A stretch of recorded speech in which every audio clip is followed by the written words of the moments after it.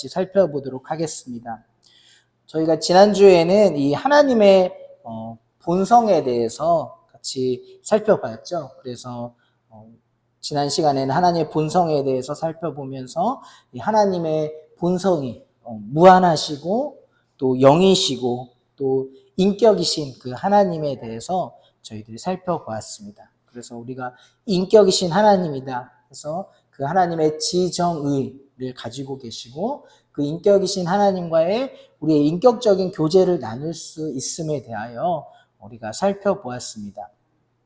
오늘은 이 하나님의 속성에 대해서 같이 살펴보도록 하겠습니다.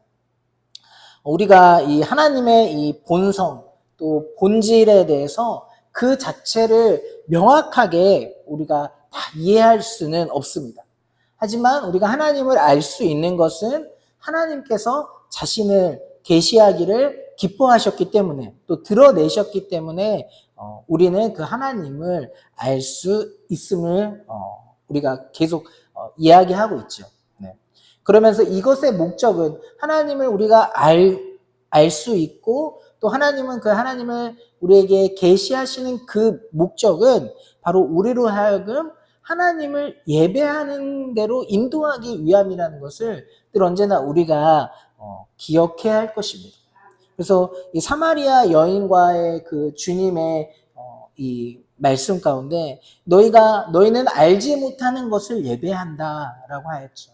우리가 오랫동안 신앙생활을 하지만 때로는 이 하나님을 우리가 온전히 알지 못하면서 그냥 내가 생각하는 그냥 우리가 살아가고 있는 이 세상의 어떠한 기준과 가치관 또 일반적인 생각들을 가지고 우리는 그렇게 하나님을 예배할 수 있고 신앙생활을 할 수도 있다는 것이죠. 하지만 이 사마리아 여인에게 주님께서 말씀하시는 예배는 하나님은 영이시니 예배하는 자가 영과 진리로 예배할지니라 라고 말씀하셨습니다. 그래서 우리는 더 이 하나님을 알고자 하는 마음이 우리 안에 있어야 할 것이고요. 그 하나님을 알수록 그래서 내 머리에 지식을 쌓는 것이 목적이 아니라 이 하나님을 알음을 통하여서 더욱더 이 하나님을 예배하는 그 삶으로 자리로 나아가고 또 우리 안에 더 하나님을 어떤 이 예배라는 것이 형식적으로 뭐 드리는 이 예배, 뭐 수요 예배, 주일 예배, 새벽 예배로서의 예배를 넘어서서 정말 우리의 이 예배, 우리의 영광, 우리의 찬양, 우리의 모든 것을 받으시기에 합당하신 그 하나님이시다를 우리가 깨닫고 그 하나님을 예배하는 마음으로 살아가는 것이죠. 내가 집에 있을 때든지 또 뭐 직장에 나아갔을 때든지 뭐 길을 가는 중에도 그 하나님을 생각하면서 그 하나님 예배하는 마음, 찬양하고 하나님께 영광 올려드리고 감사하고 하는 그러한 예배의 자리, 또 예배를 사모하는 그 마음이 우리 안에 있어야 할 것입니다.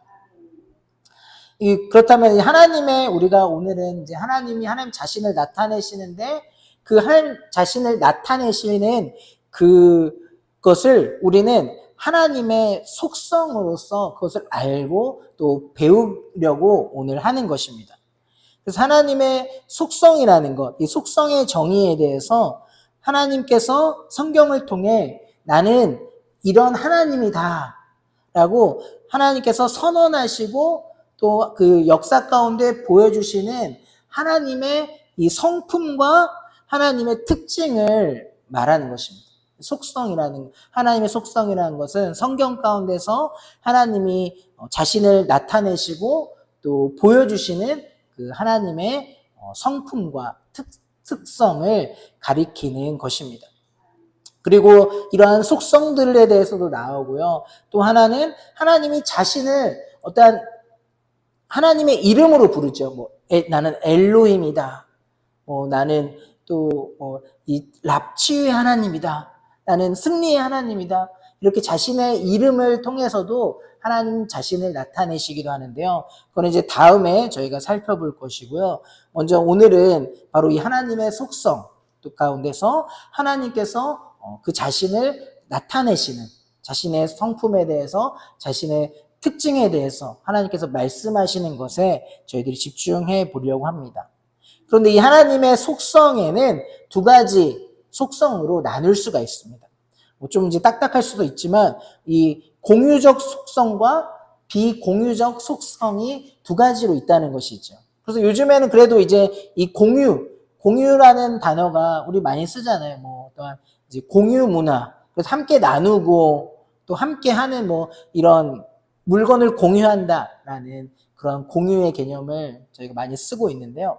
그것처럼 이 하나님의 속성 가운데는 공유가 되는 속성이 있다라는 거예요. 그래서 하나님의 속성에 어떠한 뭐 사랑의 하나님, 뭐 어떠한 하나님의 뭐 지혜, 또 하나님의 거룩, 이러한 속성들은 하나님과 인간이 공유될 수 있는, 그래서 이것은 하나님만의 속성이 아니라 우리 인간 안에도 같이 나올 수 있는, 나타낼 수 있는, 우리가 보일 수 있는 속성이라는 것입니다.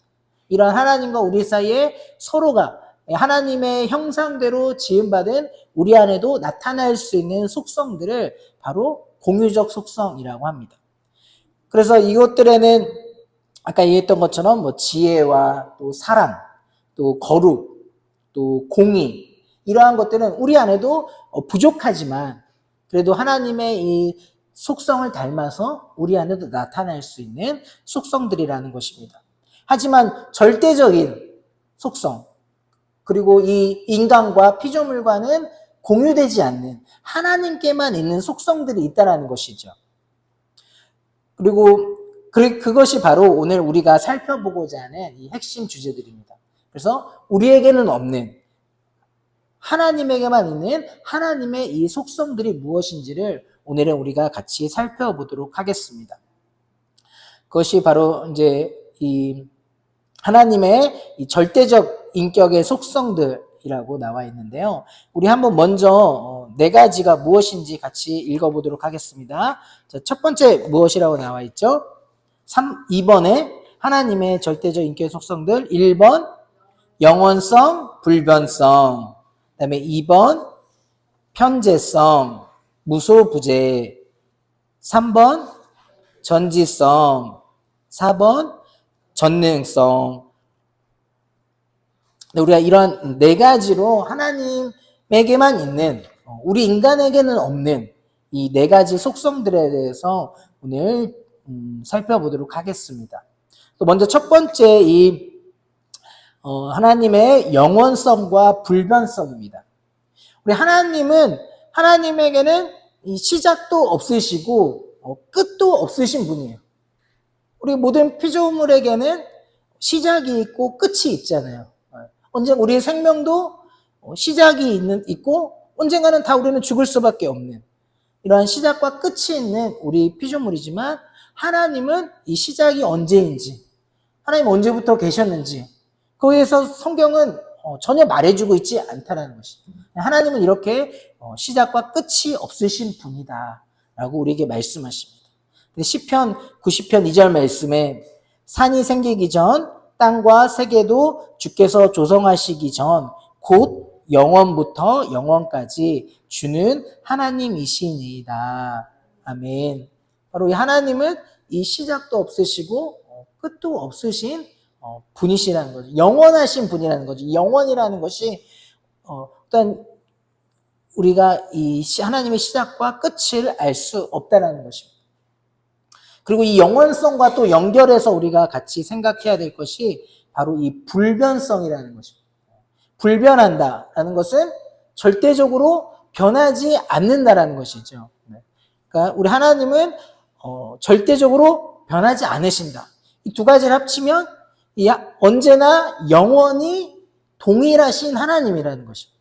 하나님은 어떠한 이 변화가 있으시고, 그래서 천지를 창조하실 때는 그 하나님의 어떠한 능력이 크신 분이었다가 지금은 이제 더 이상 이 세상 가운데 개입하실 수 없는 그런 하나님이 아니라 그 하나님의 어떠한 능력에 있어서나 하나님의 지식에 있어서나 어떤 하나님의 마음에 있어서 이 변함이 없으신 분이라는 것입니다. 그 존재에 있어서도 변함이 없으신 분이다 있다라는 것을 이야기하고 있습니다.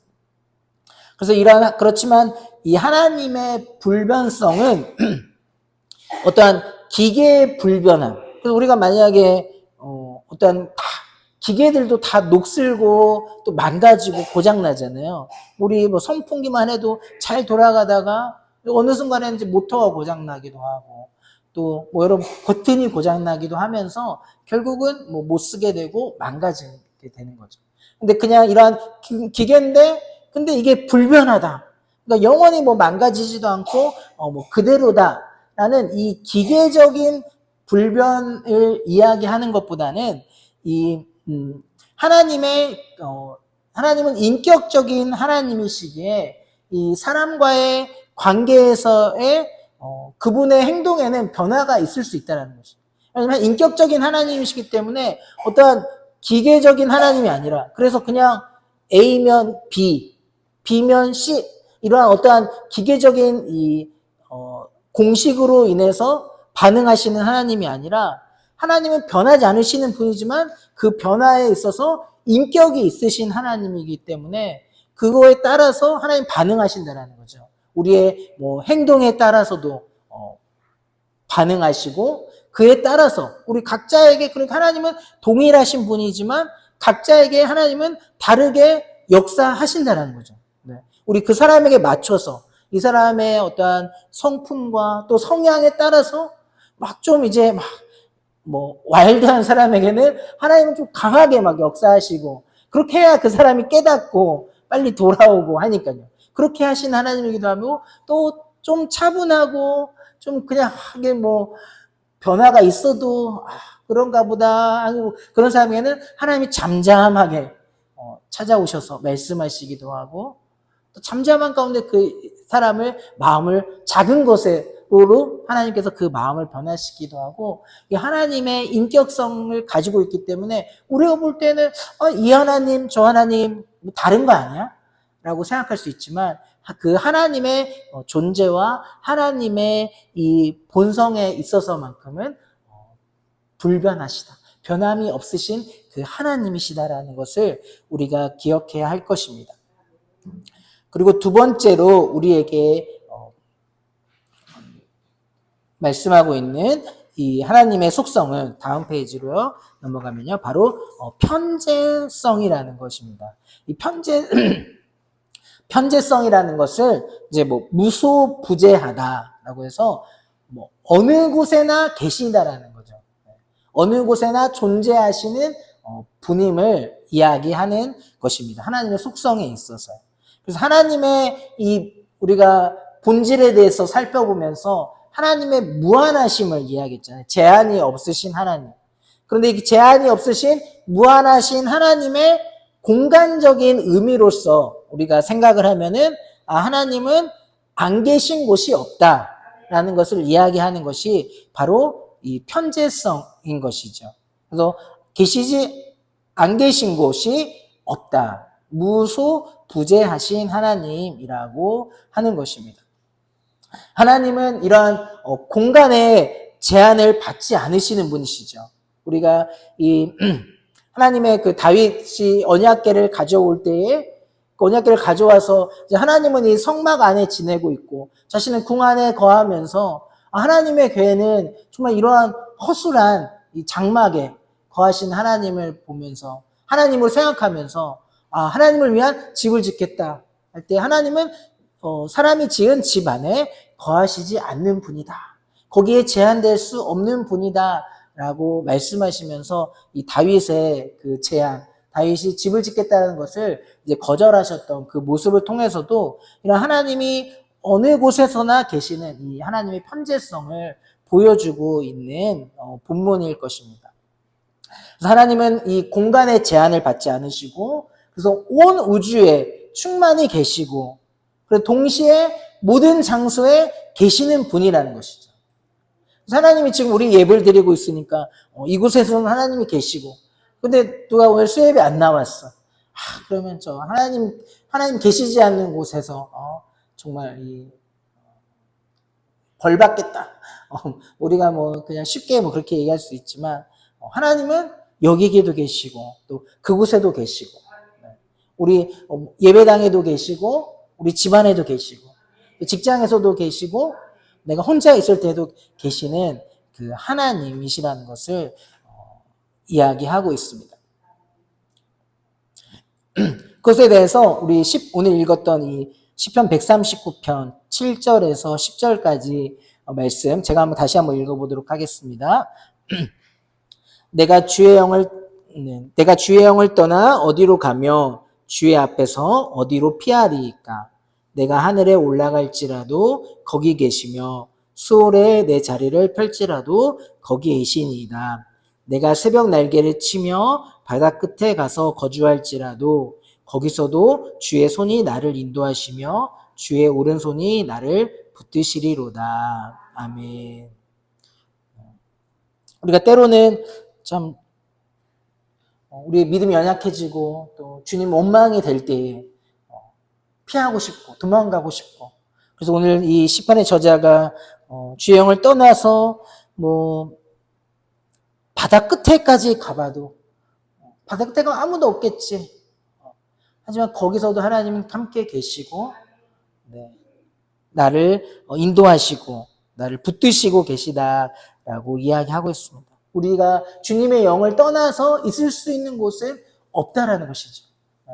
나는 좀 주님을 떠나서 멀리 있고 주님을 때로는 이제 교회를 멀리하고 또 이 믿음을 좀 내려놓고 너무 힘들다 믿음 지키기 또 주님 말씀대로 살기 그리고 또 우리가 어떤 죄 가운데 가서 부끄러워서 숨고 싶다 한 그때에도 하지만 그곳에서도 하나님은 계시다라는 것입니다. 그래서 우리는 이제 뒤에 나중에 4번에서도 나오지만 이러한 특별히 하나님의 이 편재성에 대해서 두 가지의 반응으로 나올 수 있는 거죠. 주님에 대한 믿음이 없는 자에게는 두려움으로 내가 숨고 싶고 좀 내가 주님 좀 이제 멀리하고 싶고 또 그냥 내 마음대로 살고 싶고 그래서 그래 떠나고 멀리 도망치고 갔는데 거기에도 하나님은 계시는 그 하나님이 나를 지금도 지켜보고 계시고 나와 함께 하시고 한 것이 이 죄인의 마음에서는 두려운 마음일 거예요. 싫은 마음일 거예요. 하지만 이 성도에게는 믿는 자에게는 이것이 가장 큰 위로가 되는 것이죠.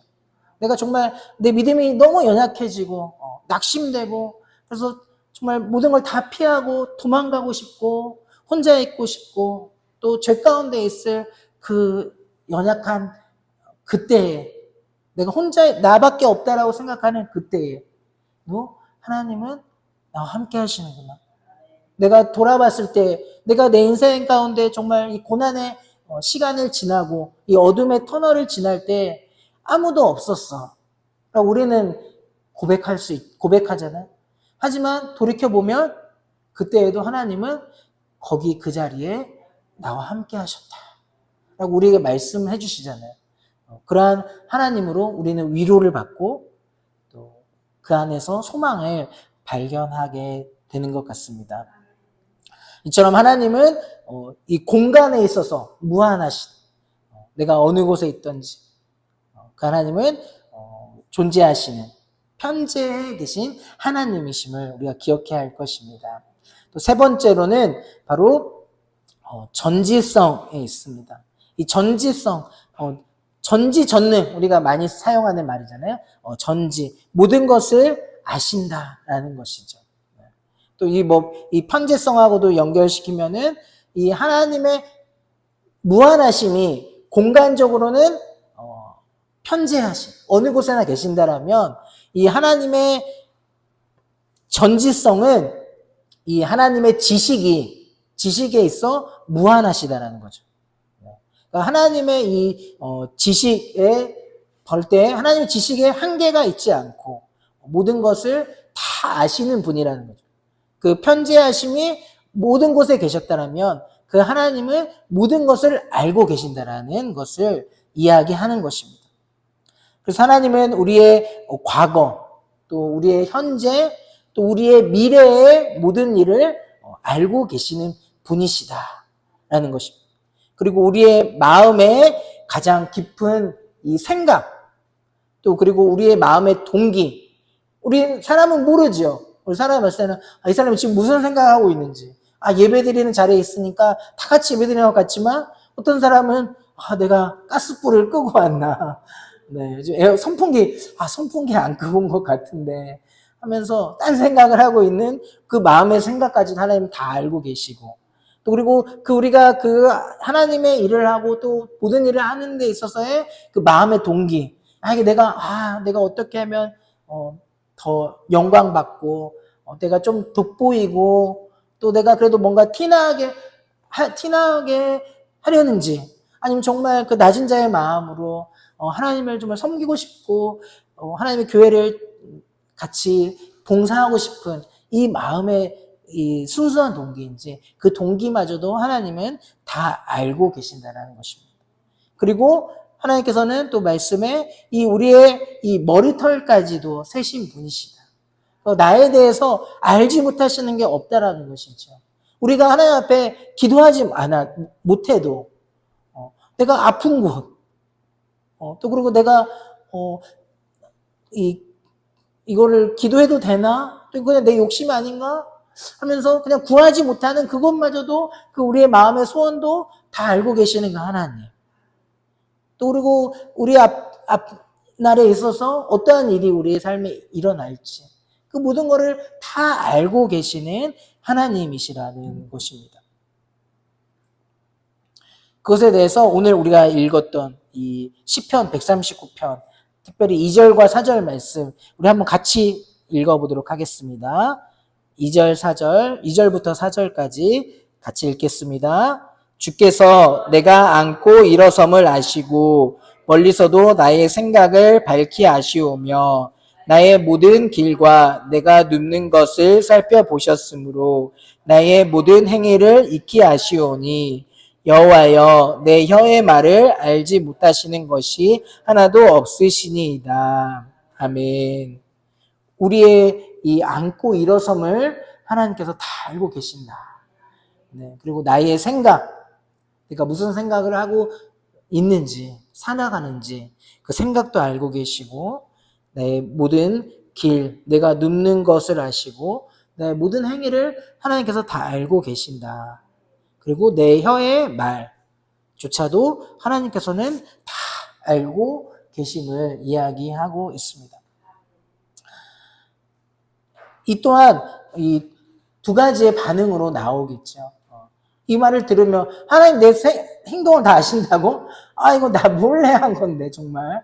나 혼자 있을 때 나 혼자 생각하고 나 혼자 행동했던 부끄러운 일인데, 그런데 그걸 다 안다, 하나님 다 아신다고 하면 그게 두려운 거죠.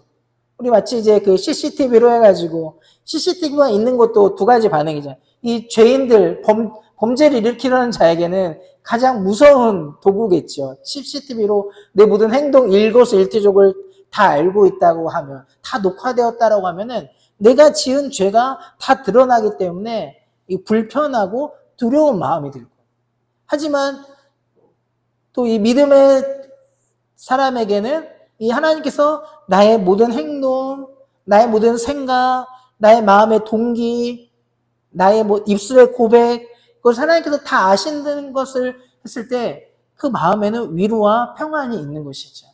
내가 비록 내 지금 현실의 삶이 참 어렵고 낙심되지만 그래도 내가 그러함에도 하나님을 찬양했던 그 찬양, 그래도 내가 하나님 지금 우리 정말 너무 형편이 어렵지만 그럼에도 감사합니다 하는 이 감사의 고백, 또 그리고 내가 남 모르게 주님의 교회를 위해 또 우리 연약한 자들을 위해 한 그 수고와 또 봉사, 또 남들은 알아주지도 않고 나는 좋은 의도로 정말 했는데 그거 칭찬을 안 해주고 다들 아이고 이걸 왜 이렇게 했어, 아이고 왜 쓸데없는 일 했어 할 때 다 나를 알아주지 않지만 그래도 하나님은 그걸 다 아시고 잘했다, 야 역시 그래 내가 알잖아 해주시는 그 하나님의 이 전지하심이 우리의 마음에 위로와 또 소망이 되는 것입니다. 그리고 이런 하나님의 지식은 이 자연 만물에 있어서의 지식에서도 부족함이 없는 전지하신 분이라는 것이다.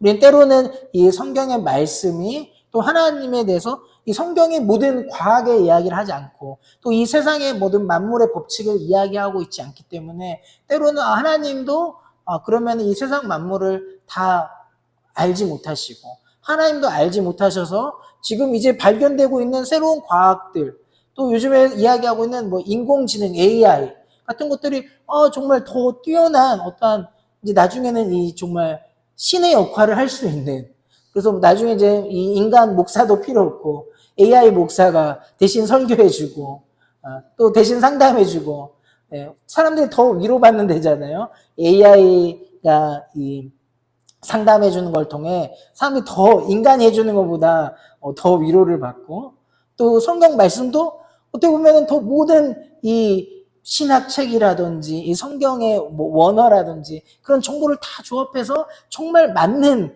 올바른 설교를 해줄 때가 있을 수도 있지만 그렇지만 이 하나님의 모든 이 인간적인 또 이 세상 만물의 모든 자연의 이 모든 일까지도 하나님은 다 알고 계시고 그 주관하고 계시는 분이시라는 것을 우리가 기억해야 할 것입니다. 또한 이 하나님의 지식에 있어서 이 인간에 대해서 우리에 대해서 알지 못하시는 것이 없다. 그래서 우리 말씀에서처럼 우리의 머리털까지도 세시는 하나님. 우리의 내가 앉고 일어서는 것, 내가 가는 것, 내가 오는 것, 또 내 모든 생각과 나의 말까지도 다 알고 계신 하나님이시라는 것입니다. 그래서 우리는 그러니까는 하나님 앞에서 이러한 우리의 작은 행동과 또 그리고 작은 이 말, 때로는 우리 생각 가운데서도 우리가 거룩해지고 또 하나님이 기뻐하시는 이러한 말과 행동을 해야 한다는 것이 뭐 사람에게 보이기 위함이 아니라 하나님은 다 모든 걸 알고 계시게 내가 지금 불평하는지 내가 하나님 찬양하고 있는지 내가 감사하고 있는지 내가 교만한지 겸손한지 그 모든 걸 아시는 하나님을 우리가 기억하며 우리 인간에 대해 나에 대해 알지 못하심이 없으시다. 기억해야 할 것입니다. 그리고 또 하나님의 이 지식은 하나님의 지식이 이 무한하고 전지하심은 하나님의 지혜에 있어서도 그렇다는 것이죠. 하나님은 지혜에 있어서 이 완전하십니다. 하나님의 지혜가 이 지식과는 좀 다르죠. 지식은 그냥 지식적으로 아는 이 정보적인 개념이라면 이 지혜라는 것은 어떤 직관적으로 우리를 하여금 우리를 인도하는 또 그리고 우리를 깨닫게 하는 그러한 이제 개념일 텐데 이런 하나님의 지혜에 있어서 전지하시다라는 것은 하나님의 이 창조에 있어서 하나님 세상을 창조하실 때 어떤 막 열심히 뭐 땀 흘려서 일을 하시는 방식이 아니라 말씀 하나로 하나님께서 모든 세상을 창조하셨고 그 창조의 모든 질서를 하나님께서 이루신 것 그것이 바로 하나님의 지혜라는 것이죠. 그래서 이 날씨도 우리가 볼 때는 왜 봄, 여름, 가을, 겨울 있었을까? 하지만 그 안에도 하나님의 지혜가 담겨 있어서 또 그리고 하나님의 지혜에 있어서는 하나님 우리를 구원하심에 있어 하나님의 구속을 하심에 있어서도 바로 예수 그리스도를 보내셔서 결국 우리의 모든 죄의 문제를 결국엔 누군가가 대신해서 그 죄의 문제를 해결하고 벌을 받아야 되는데 그것은 인간이 받을 수 없죠. 왜냐하면 인간 자체가 죄인인데 죄인이 그 벌을 받는다고 그건 당연한 것이지 그 인간을 구원할 수 있지 않잖아요. 그러니까 그 죄의 문제를 해결하기 위해서는 하나님이시지만 하나님은 또 그 벌을 받을 수는 없는 존재시잖아요. 하나님은 그 벌에 그걸 넘어서시는 분이시기 때문에 또 그리고 죄가 없으신 분이시기 때문에 근데 그 하나님께서 이 인간의 몸을 입고 이 땅에 오셔서 우리 인간처럼 모든 것을 느끼고 경험하고 또 살아가는데 같은 인간인데 근데 죄는 없는 죄 있는 인간의 모습을 똑같이 죄 있는 인간으로 오셨다면 우리를 구원할 그 조건이 안 되는 거죠. 그런데 인간으로 오셨지만 그 죄는 하나도 없으신 모습으로 이 땅 가운데 살아가시며 결국에는 우리의 모든 죄를 대신하여 그 죄의 벌을 받고 그 한 사람으로 말미암아 그 죄의 문제를 해결하시고 구원의 길을 여신 것이 바로 이 하나님의 완전하신 지혜라는 것이죠. 이처럼 하나님의 이 지식에 있어서 전지하시다라는 것을 통해 이 하나님의 지혜가 완전하시다. 그렇다면 우리는 그 완전하신 하나님께 그 모든 지혜를 구해야겠죠. 내 생각대로, 내 계획대로, 내 뜻대로, 아니면 내가 어디서 본 그 정보를 가지고 내가 살아가는 것이 더 나에게 나은 삶이 아니라, 나은 길이 아니라 가장 지혜로우신 그 하나님께 나의 삶을 맡기고 그 하나님의 인도하심을 구하고 그 인도하심에 순종하며 살아가는 삶이 가장 복된 삶임을 우리가 가장 복된 삶이고 그것이 가장 현명한 선택이라는 것을 우리는 알 수 있을 것입니다. 단지 이것이 어떤 믿음의 선택이 아니라 그냥 우리가 생각할 때에도 오히려 내가 열심히 정보를 우리 검색에 있어도 그렇잖아요. 내가 이제는 정보를 찾기 위해서 도서관에 가가지고 책을 찾고 막 백과사전을 찾아서 정보를 얻는 방법이 있고 또 아니면 그냥 여기 이제 인터넷에 들어가서 그 AI에게 제미나이나 챗GPT한테 물어봐가지고 아는 정보와 무엇이 더 완전하고 더 빠르고 더 정확하고 더 현명한 방법이겠습니까? 오늘날에 있어서는 이제는 막 도서관 가가지고 책 찾고 책 빌려가지고 막 직접 찾고 하는 게 의미가 없어졌잖아요. 그러니까 이제 모든 게 그냥 다 이 인터넷 또 AI의 정보가 있기 때문에 그걸 이용하는 게 더 현명하고 지혜로운 것처럼 우리가 우리의 삶을 살아감에 있어서도 내 방식대로 내가 해왔던 거, 그냥 내 생각, 내 세계관 안에서 볼 수 없는 것만 보고서 내가 판단하고 내가 결정하고 내가 따라가는 것과 이 모든 것을 다 알고 계신 하나님, 이 자연 만물의 모든 질서와 또 세계와 또 그리고 우리 인간과 또 나의 모든 정보와 모든 상황과 형편을 다 아시는 그분의 지혜를 따라가는 삶, 둘 중에 뭐가 더 현명한 인간의 선택이겠습니까? 바로 그 지혜에 완전하신, 지혜에 충만하신 그 하나님의 지혜를 따르는 삶이 가장 우리의 복된, 가장 현명한, 가장 지혜로운 삶이 될 것입니다. 우리 네 번째로는 바로 이 하나님의 전능하심에 있습니다. 이것은 이 하나님의 이제 무한하심에 있어서 능력의 부분을 이야기하는 거죠. 하나님의 능력에 있어서 그러면 하나님의 능력은 어떤 분이신가? 하나님은 모든 걸 다 알고 계시고 하나님은 모든 공간에 계시는 분이시라면 그 정도에서 끝이면 하나님 모든 걸 다 아시는 분인데 능력은 좀 부족해. 그래서 내 삶에까지는 역사하지 않으시는 분. 뭐 TV에 나오는 뭐 간증하는 사람들을 보면은 무슨 정말 기적이 일어나고 막 역사가 일어나고 막 응답이 나타나는데 내 삶까지는 역사하지 못하시는 분.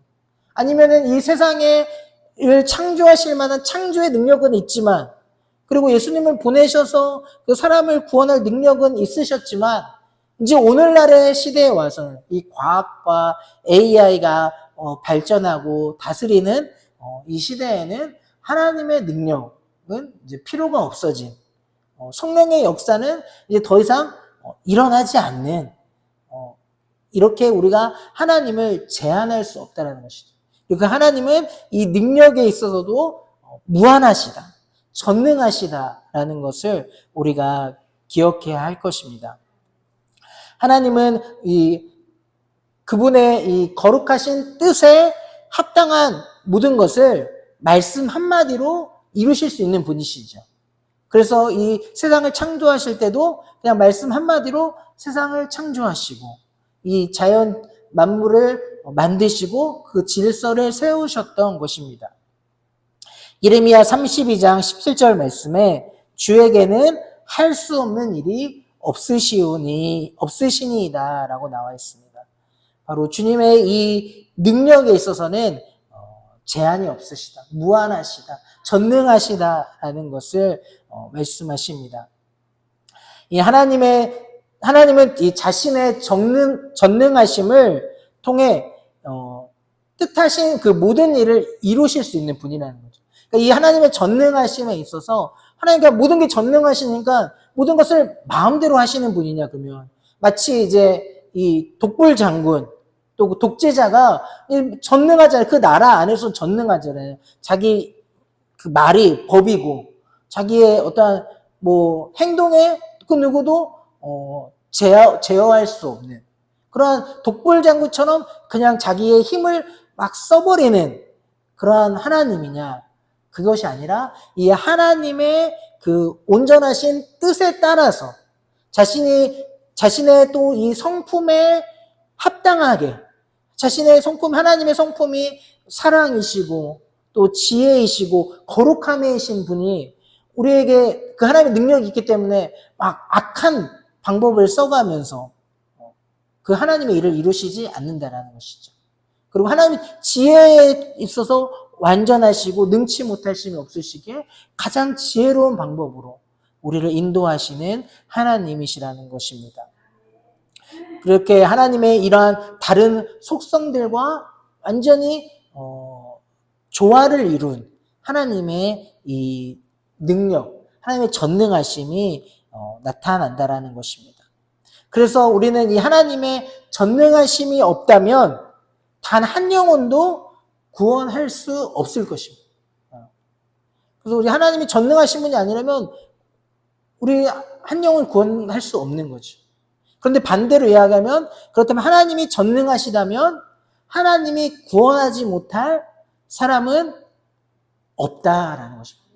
네. 우리는 생각할 때, 야, 저 죄인은, 우리 자신 죄인이지만, 이 못된 인간은 하나님 구원하시지 않을 거야. 우리 저 북한의 김정은, 저 악한, 이란의 독재자, 그런 사람은 하나님은 구원하시지 않을 거야. 라고 우리가 판단할 수 없더라. 하나님에게는 그 무한한 능력이 있으시기에, 전능하시기에 그 악한 자까지도 구원하실 수 있는 능력이 있으신 거예요. 네. 하지만 이것은 이제 그렇기 때문에 모든 사람을 그럼 하나님 구원하시느냐? 이거는 또 다른 이제 영역에서 우리가 살펴봐야겠죠. 하지만 어쨌든 그런 하나님이시기에 우리가 복음을 전할 때도 이 사람은 좀 착해 보이고 뭔가 좀 말을 잘 들을 사람 같으면 그래 이 사람 좀 전도해도 교회도 나올 것 같고 저 못된 저놈은 힘들다 하는 것이 아니라 네. 하나님 전능하시기에 내가 내 능력으로 구원하는 것이 아니라 하나님의 그 뜻에 따라 하나님의 능력으로 하시기 때문에 우리는 제한을 두지 않고 복음을 전할 그 힘도 우리 안에 있다라는 것입니다. 그래서 오늘 앞에서도 다루었지만 인간의 두 반응, 두려움인가 위로인가 하는 것입니다. 이 하나님의 네 가지 속성들, 성품들을 살펴보면서 하나님이 영원하시고 불변하시고 또 어느 곳에서나 계시고 또 그리고 모든 것을 다 알고 계시고 그 능력이 많으신 분이시라면 이 사실을 알았을 때 우리 죄인의 상태에 더 계신 분들이라면 여기는 안 계시겠지만 그 마음에 두려울 거예요. 모든 걸 다 내 이 죄와 내 악한 마음과 내가 겉으로 웃고 있지만 속으로는 막 욕했던 것들 다신 하나님이랑 또 내가 교회에서는 그래도 천사 이미지인데 집안에서는 이제 거의 이제 마녀 저리 가라 그 모습 다 아신다고 좀 두려운 마음이 들 수 있지만 우리 성도에게는 가장 큰 위로가 된다는 것입니다. 내가 혼자 있을 때에도 내가 낙심해 있을 때도 내가 지쳐 있을 때 내 몸이 하나하나 고장 나갈 때 그때 하나님 다 아시는구나. 하나님은 다 하실 수 있지. 능치 못하심이 없지. 그럼 하나님의 뜻이라면 하나님은 우리 다 지금 60, 70 되신 우리 어르신들도 하나님이 다시 펄펄 나는 20대로 만드실 수 있지 않겠습니까? 네. 그런데 하나님 그렇게 하지 않으시는 하나님의 뜻이 있기 때문에 우리는 다 알지 못하는 거죠. 하나님 다 아시고 또 이 인간의 인생의 이 과정들 또 그 나이에 따른 어떤 인간의 몸의 상태까지 다 아신 하나님. 그렇지만 그 하나님이 모든 걸 다 아시기에 내가 좀 이제 계단 올라올 때마다 이 난간을 잡으며 때로는 아이고 하지만 그러면 그러니까 하나님이 얼마나 더 귀하게 보시겠습니까? 야, 너 정말 이렇게 힘든데 또 정말 계단을 올라와서 예배 드리러 왔고 또 그래도 잠시라도 이렇게 나를 더 만나려는 이 마음 참 귀하다, 참 사랑한다 하시는 그 하나님의 마음을 우리가 느끼고 위로를 받을 수 있을 것입니다. 이러한 더 우리에게 이러한 하나님의 속성들이 우리에게 정말 위로로 다가오실 수 있는 저와 여러분 되기를 소원합니다. 우리 지치고 낙심되고 할 때 그곳에서도 하나님 함께 하셨다. 나 홀로 그 터널을 지나간 것 같았는데 그것으로 인해서 내 안에 지금 트라우마도 생기고 또 쓴뿌리도 났던 내 삶인데 그때에도 내가 주님을 믿진 않았지만 주님은 그때에도 나와 함께 하셨구나. 나를 지켜주셨구나. 나를 인도하셨구나 하는 그 하나님께 감사와 위로와 소망이 있는 저와 여러분 되기를 소원합니다. 우리 마지막 결론과 적용은 우리 그 아래에 있는 문구 한번 읽어보겠습니다. 우리가 믿는 하나님이 너무 작기 때문에 우리의 신앙생활에 능력이 없는 것입니다. 네. 바로 우리는 이 하나님의 무한하시고 그래서 하나님은 어느 곳에서나 영원하시고 불변하시고 편지해 계시고 또 전지전능하신 그 하나님인데 내가 그 하나님을 너무 작게 보기 때문에 내가 그 하나님을 작게 믿기 때문에 우리 안에 이런 우리 신앙생활에 능력이 나타나지 않는 것은 아닌지 우리의 마음을 더 크게 열고 더 크게 바라보고 이 하나님을 바라보고 믿고 그 안에서 믿음 생활할 수 있는 저와 여러분 되기를 축복합니다. 아멘. 기도하겠습니다. 사랑의 하나님 감사합니다. 오늘 하나님의 속성들